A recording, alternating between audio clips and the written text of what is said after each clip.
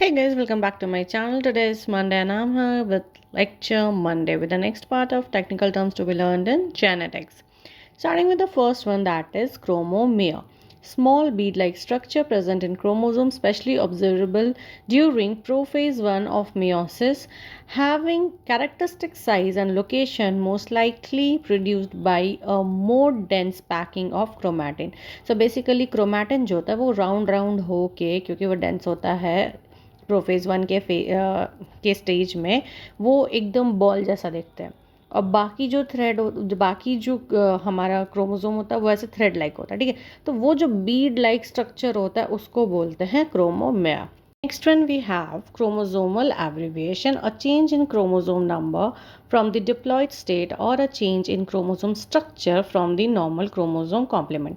अब abbreviation मतलब कि कुछ changes हो गया, जो normal chromosome है उससे अगर उसका number structure कुछ भी change होगा तो that is known as chromosomal abbreviation. Next is chromosome इसके बारे में कब से बात कर रहे हैं।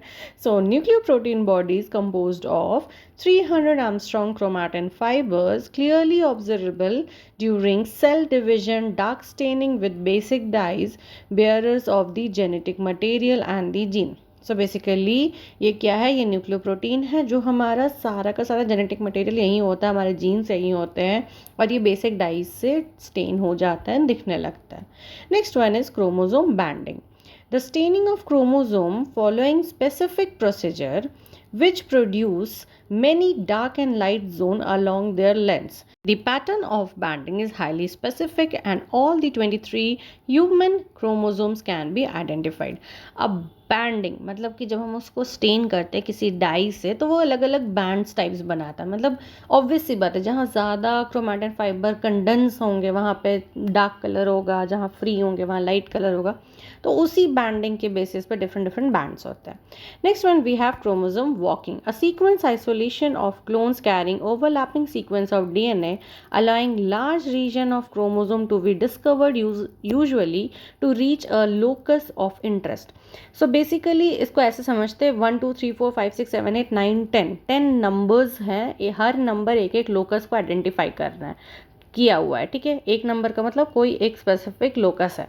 तो हमारे पास 1 2 3 लोकस के बारे में हमें पता है, हमारे पास 3 4 5 लोकस का इन्फॉर्मेशन है, देन हमारे पास 6 7 8 का है, देन हमारे पास 5 6 का है। तो अगर हम इनको एक कंप्रेस कर और हमारे पास 8 9 10 का है, तो अगर हम 1 2 3 के इन्फॉर्मेशन को मिला दें विथ 3 4 5 का इन्फॉर्मेशन एंड 5 6 का इन्फॉर्मेशन तो हमें 1 2 6 का इन्फॉर्मेशन मिल जाएगा। सो बेसिकली क्रोमोसोम वॉकिंग वही होता है कि छोटे छोटे बिट्स में हमारे पास इन्फॉर्मेशन है, उसको मिला के हम एक पूरे क्रोमोसोम का इन्फॉर्मेशन निकाल सके। एग्जैक्टली क्या होता है जब इसका टॉपिक डिस्कस होगा तो बेटर समझ में आएगा, बट शॉर्ट में अगर मैं समझाऊँ तो यही है। Next, we have cis-acting locus, a DNA sequence that affects the activity of only that DNA sequence to which it is covalently linked, sometimes called element binding site of a protein. तो मतलब जो sequence से ये directly या covalently linked है उसी को ये अफेक्ट करेगा, उसी की एक्टिविटी को ये अफेक्ट करेगा। अब सिस अरेंजमेंट क्या होता है, कपलिंग फेज बेसिकली। तो कपलिंग फेज क्या होता है कि कैपिटल बी एक साइड में है एक क्रोमोसोम में और दूसरे में स्मॉल है, मतलब रेसेसिव एक तरफ डोमिनेंट एक तरफ। So that's it for the day. If you like the video, please hit the like button, share it and don't forget to subscribe my channel. I'll again come up till that. Take care. Bye bye.